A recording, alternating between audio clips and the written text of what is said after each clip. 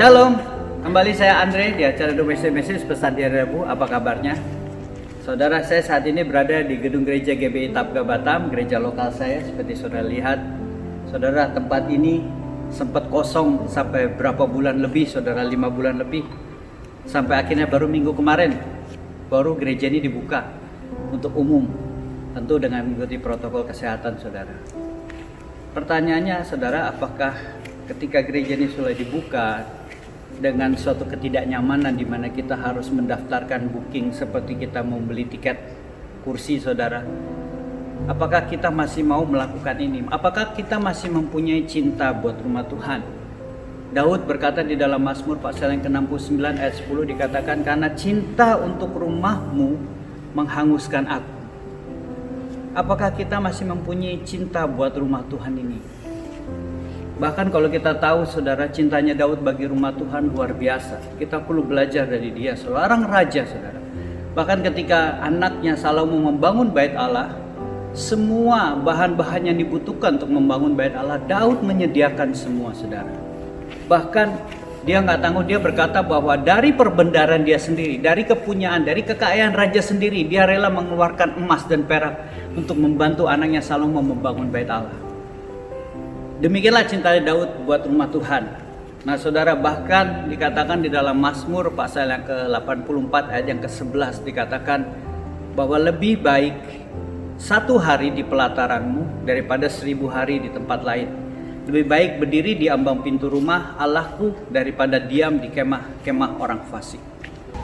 Nah, Daud di sini berkata lebih baik dia berada di pelataran, di bagian luar, bahkan di ambang pintu, daripada berada di tempat lain. Menunjukkan begitu besarnya cintanya Daud buat rumah Tuhan. Nah, saudara, sejak corona tempat ini menjadi kosong. Kita tidak bisa lagi beribadah di gedung. Bahkan gerejalah yang datang ke rumah. Bahkan kalau kita tahu, kita menggenapi firman Tuhan yang dikatakan oleh Rasul Paulus di dalam 1 Korintus pasal yang ke-16 ayat yang ke-9 dikatakan, tidak tahukah kamu bahwa tubuhmu ini adalah bait Allah? Bahwa kita ini adalah bait Allah, kita ini adalah gereja Tuhan, di mana kita harus beribadah, saudara. Tetapi pertanyaan yang terpenting adalah, apakah kita masih mempunyai cinta untuk rumah Tuhan? Apakah kita masih mempunyai cinta untuk beribadah di rumahnya? Salah satu kadang-kadang menjadi hambatan besar untuk cinta kepada rumah Tuhan itu luntur, saudara. Bukan karena kesukaran, bukan juga karena kesulitan, bukan juga ketika kita dapat masalah. Biasa hal-hal itulah yang membuat kita pengen datang ke rumah Tuhan. Penghalang utama untuk kita datang ke rumah Tuhan justru karena berkat, saudara. Saudara tahu, kadang-kadang ketika kita mulai diberkati Tuhan, ketika kelimpahan mulai mendatangi kita, kita menjadi sibuk terhadap kekayaan kita atau kelimpahan yang Tuhan berikan kepada kita, sehingga kita menjadi orang yang sibuk, tidak ada waktu lagi untuk datang ke rumah Tuhan. Saudara, bahkan Raja Salomo, saudara, mengajarkan kita, dikatakan, jauhkanlah daripadaku kecurangan dan kebohongan, janganlah berikan kepadaku kemiskinan atau kekayaan, biarkan aku menikmati makanan yang menjadi bagianku. Ayat 9, supaya kalau aku kenyang, aku tidak menyangkalmu. Saudara, di sini dikatakan Raja Salomo, meskipun Amsal ini ditulis oleh Agur, saudara, Amsal Agur, tapi Agur itu adalah nama lain daripada Salomo. Bahkan di sini Salomo berkata bahwa jangan berikan aku kekayaan supaya aku tidak melupakanmu. Justru berkat ini menjadi penghambat utama, penghalang utama untuk kita datang ke rumah Tuhan. Bahkan itu yang kadang-kadang membuat cinta buat rumah Tuhan di dalam hidup kita ini menjadi luntur. Maka itu, saudara, kita perlu mengingat, bahkan Raja Salomo yang jelas-jelas diberkati secara luar biasa, seorang yang sangat kaya raya, justru dia berkata, jangan berikan kepadaku kekayaan supaya aku jangan sampai melupakanmu. Saudara, suatu hal yang agak menarik, karena mungkin di dalam saat-saat corona ini kita mungkin berkata, bagaimana saya bisa diberkati? Saudara, tidak yang mustahil bagi Allah. Allah bisa memberkati saudara di dalam keadaan apapun. Bahkan di dalam keadaan dunia sekali sulit sekalipun, Allah sanggup memberkati saudara. Kita perlu belajar dari murid-murid Yesus, saudara. Karena ketika Yesus memanggil muridnya pertama kali, saudara, di dalam Lukas pasal yang ke-5, kalau kita perhatikan bagaimana murid-muridnya itu sedang mengalami kesulitan, yaitu mereka tidak berhasil menangkap ikan. Kemudian Tuhan memberitakan kepada Petrus, Petrus, mas pergi agak dalam, tebarkan jalamu. Dan Petrus berkata, Tuhan, kami telah seharian tidak berhasil, tidak menangkap apa-apa. Tetapi karena Kau memberitahu, aku akan melakukannya. Dan saudara, kita tahu yang terjadi di dalam ayat yang ke-6 dikatakan mereka menangkap sejumlah besar ikan sehingga jala mereka mulai koyak. Jadi dari sini kita tahu saudara bahwa Allah sanggup memberkati kita di dalam segala kondisi apapun. Di dalam kondisi saat itu di mana murid-muridnya gagal untuk mendapatkan berkat, tetapi Allah sanggup memberkati murid-muridnya.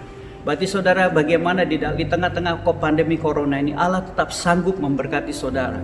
Memang secara fakta, secara nyata di depan mata, saudara tidak terlihat seperti itu. Bahkan saya pun mengalami dampak daripada perekonomian baik secara finansial melalui corona ini saudara. Tapi saya tetap percaya bahwa Allah sanggup memberkati kita di dalam kondisi apapun. Tapi bukan itu yang mau saya tekankan saudara. Yang mau saya tekankan adalah apa yang terjadi ketika mereka diberkati oleh Tuhan. Di dalam ayat yang ke-7 mereka memberi isyarat kepada teman-temannya di perahu yang lain supaya mereka datang membantunya, dan mereka datang lalu mereka bersama-sama mengisi kedua perahu itu dengan ikan hingga hampir tenggelam. Jadi saudara bisa bayangkan berkat ikan itu begitu luar biasa sehingga kapal hampir tenggelam. Jadi saudara bisa bayangkan berapa banyaknya ikan yang mereka tangkap. Tapi ini yang saya mau saudara tangkap. Ayat yang ke-11. Dan sesudah mereka menghela perahu-perahunya ke darat, mereka pun meninggalkan segala sesuatu lalu mengikut Yesus. Saudara perhatikan, ketika berkat itu ada di depan mata mereka, tetapi mereka lebih meresponi panggilan Tuhan di dalam kehidupan mereka daripada berkat yang ada di mata mereka.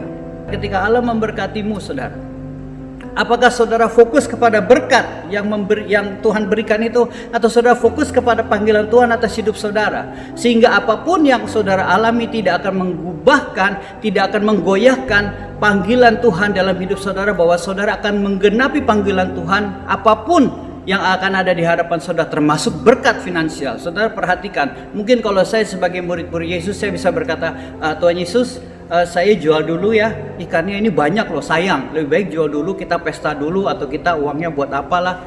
Tidak saudara, seketika itu mereka meninggalkan saudara. Mereka tidak pikir panjang lagi, mereka hanya meresponi panggilan Tuhan. Sama seperti Daud saudara. Daud berkata di dalam Mazmur 23 ayat yang ke-5, yang ke-6 dikatakan apa? Tuhan menyediakan hidangan di hadapan lawan-lawanku, pialaku penuh melimpah. Tuhan mengurapi dia dengan minyak. Dan ayat yang ke-6 perhatikan, kebajikan, kemurahan akan mengikuti aku, dan aku akan diam di dalam rumah Tuhan sepanjang masa. Nah saudara, Daud berkata, kebajikan, kemurahan akan mengikuti dia, tapi tidak akan mengubahkan sikap dia, cinta dia kepada rumah Tuhan. Dikatakan, aku akan diam di rumah Tuhan sepanjang masa. Tidak peduli mau berkat, mau kekurangan, mau apapun, cinta buat rumah Tuhan selalu ada di dalam kehidupan Daud. Biarlah kita tetap mempunyai cinta buat rumah Tuhan. Semoga pesan singkat ini bisa menjadi berkat buat saudara. Sampai jumpa di video selanjutnya. God bless you.